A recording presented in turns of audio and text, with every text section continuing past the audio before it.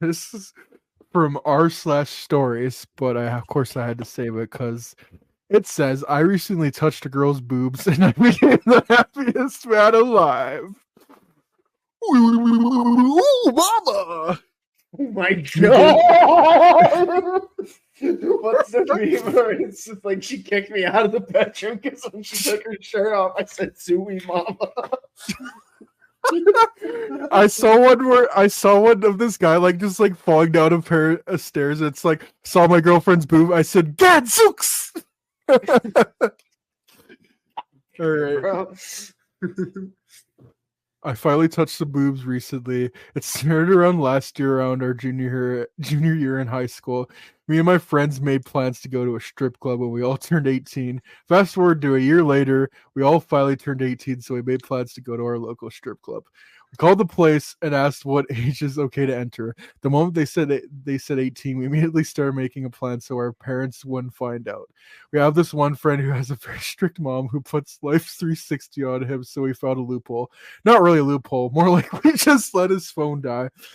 Because if the phone dies, the phone remains in the last location it was before it died. So in my friend's case, he has location remained in my friend's house. Goddamn, psycho mom, Freddie Benson mom, I must say.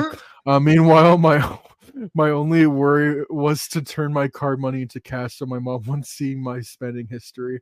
A week later, the day finally came. We drove over there. It was a 25-30 minute drive. After parking and getting off my friend's car, we headed to the entrance, and right before I opened those doors, I announced to my friends, and the Lord said, "Let there be life." Cringe as fuck line, I know. After we were greeted by a young woman behind a counter, and behind her, we could already see the flashing lights, the dark rooms, the stripper, and the loud music too. We proceeded to pay to enter and give her our IDs. After checking our IDs and going in, we sat in awkward silence for the first 10-15 minutes. After one of my friends, who will call D, by the way, walked up and paid a stripper to dance on him. And all I gotta say was that motherfucker was locked in. All right, lock in time. Straight face, straight posture, staring and watching the performance. After the performance, the stripper offers him a private lap dance in the VIP room. After a while, I too was offered one. I took it. The stripper seemed very nice. I remember her name was Jasmine. She was a young blonde woman, and she was very tall. Anyways, we had a small talk and introduced ourselves. So the weather, airplane food, am I right? No. After the talk, she gave me a lap dance, and she started by telling me to grab her massive melons. So I did without hesitation. I started playing with them and even kissing them too. I kid you not. While this was happening, Beethoven's Ode to Joy, the best part, started blasting in my head as I'm gripping her melons, and from there I was the world's happiest man alive. To be exact, she also gave me the good boy treatment. She kissed my forehead and put my head on her chest as she proceeds to call me a sweet boy. From there, I knew I won.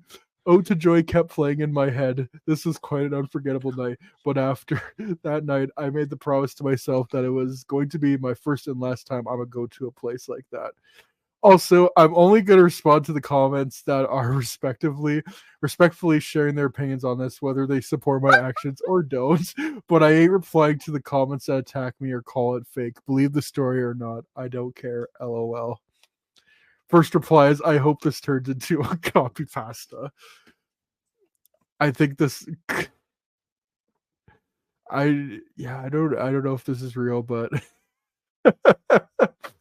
Dude, the way this guy talks, I don't want to be around him. Like, he literally sounds like he would say Zoink Scoob unironically.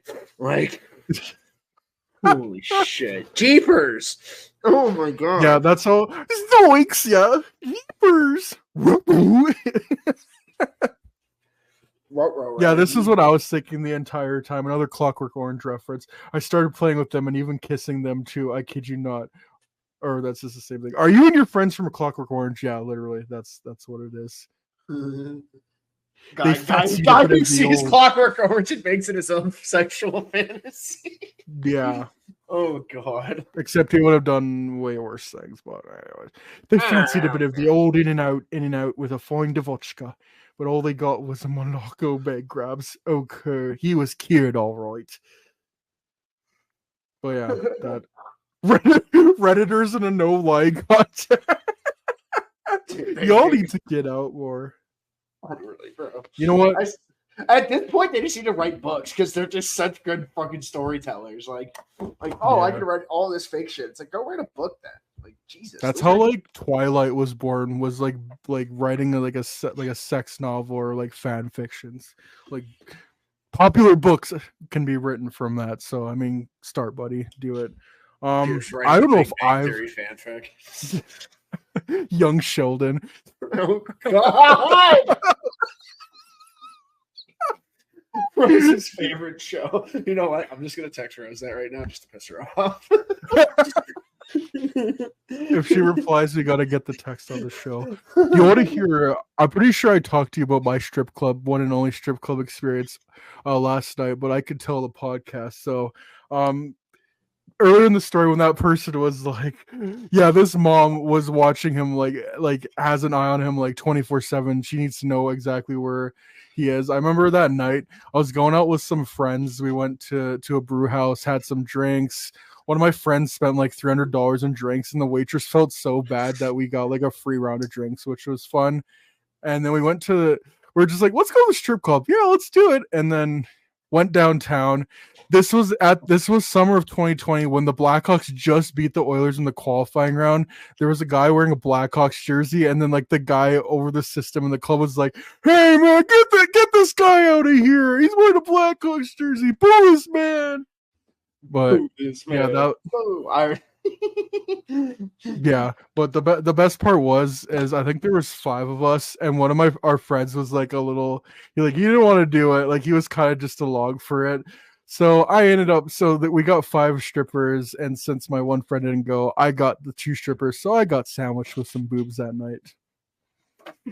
Yeah, that's my one and only strip. Did you have hashtag melons in your face? I did have melons in my face. And Beethoven was playing in my head, and I said, "Zooey Mama, Gadzooks." Jesus fucking Christ. Also, Rose responded. I sent it to you. I need to see this. And then, yeah, my one friend who spent the $300 on drinks then spent like another $1,500 at the strip club, and now he has a kid. That's funny. Pierce and I are talking about your favorite show right now, Young Sheldon. ... Get off! Can't believe women can't believe how little it takes to get men happy, and that's like in Young Sheldon. Can't believe this. Oh God, let's read one more. I'm losing it. All right, Jesus. Let's end it off with some "Am I the Asshole?" Shall we? Am I the asshole for trying to take back $80,000 of the $160,000 my spouse spent behind my back? Okay. My husband spent $160,000 investing in baseball cards without telling me. During the same time, he would get mad at me for spending money on meal plans or salon services. I would get yelled at for my disrespectful spending and my financial goals not aligning with his, so he'd say. He did most of this spending on his personal credit card that he paid for with our joint account. For a long time, I didn't have access to our online banking, so I didn't see the amounts he was paying in his credit card. Whenever I would question a $2 $4,000 payment, he would have some excuse and usually would say it was on the family or grocery store. He would refuse to show me his statements. One day, driving to lunch, he mentioned how my friends owed him for the concert tickets I had used his card to buy. I agreed to get the money from them. And mentioning the card, though, I remember just seeing another $4,000 payment came out of our joint. This was after 2 months ago when he promised he had a $2,000 balance and was going to pay it off and stopped using it. So I asked. I thought it was going to be paid off a couple months ago. This was all it took. He launched into me about how I ruined everything. We can't just enjoy the day. This is why my relationships never work. On, and dropped me back off to our house and left. It was this outburst that made me realize there was more going on. Oh yeah, that's the tip of the iceberg right there. After lots of back and forth and digging and finally getting him to give me access to his credit card statements, I added up $160,000 in 3 years that he spent. I already realized the financial abuse that has taken place on many levels, and there's so much I'm not including. During all of this, my husband met with a divorce lawyer, then begged me for another chance. This was about a year ago. We were still together, but as you can imagine, the financial issues are only one of many issues we have. At the time, I realized what we had spent, and that I was so ill prepared for a divorce, I started transferring money from our joint to my personal every month. My goal over time is to take my half back, 80,000, and invest how I want to. He was of course mad, but I basically said, "Oh well, he should have considered me when he spent it, and I was only correcting a wrong." Recently, he made sure the money wasn't in the account when my transfer was scheduled. He did this 2 months in a row and said I could no longer do this. I waited for the money to be there and did the transfer anyways. He went nuts, telling me I'm a rat. Is this guy in the mob? He's selling the house, dissolving our business, etc., etc. He says that it's wrong for me to go tit for tat and that I should let it go. The money is just sitting in my account as I have not spent any of it. Am I the asshole for trying to take my half back over time? God damn, dude. Oh my god, dude. A heavy one to edit off. Like why? God, I want to hear the comments on this one. Honestly. Okay, the first sentence I noticed, it was like, oh, he just spends it on a lot of baseball cards. I thought this was gonna be a story of like this guy just has problems with like buying so many baseball cards. He's like, I need to get this rare one, and like this would like cause their. But it sounds like there are much deeper things.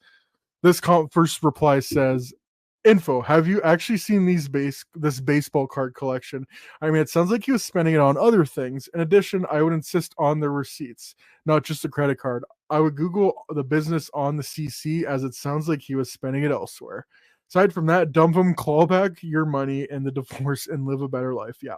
I all but guaranteed that his divorce consultant told him that you wouldn't pay him alimony and that you had grounds for financial abuse and mental cruelty. Yeah, not the asshole there. Yep. So the OP did reply to that. Yes, the cards are everywhere, organized in sleeves and boxes. He has many of them PSA graded. I checked all the companies on the statements I was unsure of. Most were grading companies or sellers. Bunch of replies here, but god damn, dude. Open a new account, have any money you make deposited there instead of the joint account. Get a lawyer ASAP, file for divorce. He is continuing the financial abuse, not the asshole. Yeah. Pretty sure OP is a woman, and like, yeah. And always guys that do that, it's like spend so much money, and like wife tries to do something, it's like, no, you can't do that. Yeah, it's controlling. Get out of that marriage, miss. Well, it should be missed now. Facts. There's a lot more going on there. You're right. That's all I'm gonna say about that. There's a lot more going out there. But